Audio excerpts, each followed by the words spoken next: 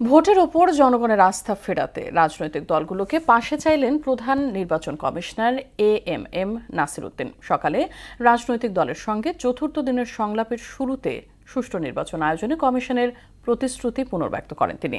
শান্তিপূর্ণ ভোট আয়োজনে প্রার্থীদের আচরণবিধি মেনে চলার আহ্বান জানান প্রধান নির্বাচন কমিশনার। এ সময় ভোটকেন্দ্রে সেনা সদস্য বাড়ানোর পাশাপাশি প্রশাসনে বদলির ক্ষেত্রে স্বচ্ছতা নিশ্চিতের দাবি জানান রাজনৈতিক দলের প্রতিনিধিরা।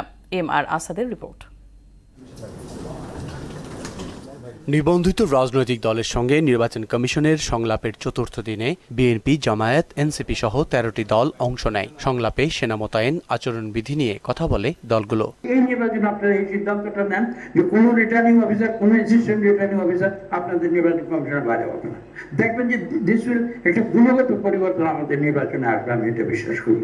শতভাগ লটারির ভিত্তিতে নিয়োগ বদলি করতে হবে। DC, SP, election officer, YONO, এরপরে ওসি। প্রিন্সিপালটা সুন্দর, কিন্তু এটা বাস্তবায়ন কিভাবে হবে সেটার কোনো আউটলাইন এখানে নাই।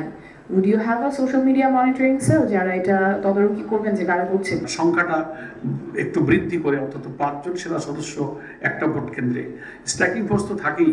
প্রতীকটা কিন্তু একজনের পরিচয়। সো কেউ যদি নিজের শরীর আছে অন্যের প্যান্ট জামা পরে আসলে ইলেকশনে যান, এটা আসলে যে ওই মুখটা দেখে চেনা যাবে আপনি কে। ইসি আবুল ফজল মোহাম্মদ সানাউল্লাহ জানান, নির্বাচন ঘিরে সব ধরনের অপপ্রচার ঠেকাতে পরিকল্পনা বাস্তবায়নে কাজ করছে কমিশন। আমরা কি হাত পা গুটিয়ে বসে থাকবো? Definitely not. আমাদের যতগুলো সক্ষমতা আছে সেগুলো তো কাজে লাগাবোই।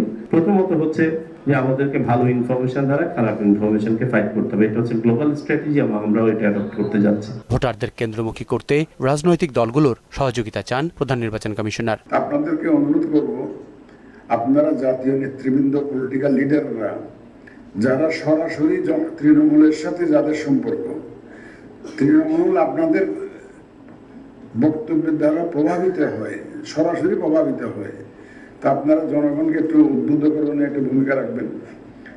আশা করি যাতে মানুষ ভোট কেন্দ্রে আসে। আচরণবিধির বিষয়ে রাজনৈতিক দলগুলোর পক্ষ থেকে লিখিত পরামর্শও চান সিইসি।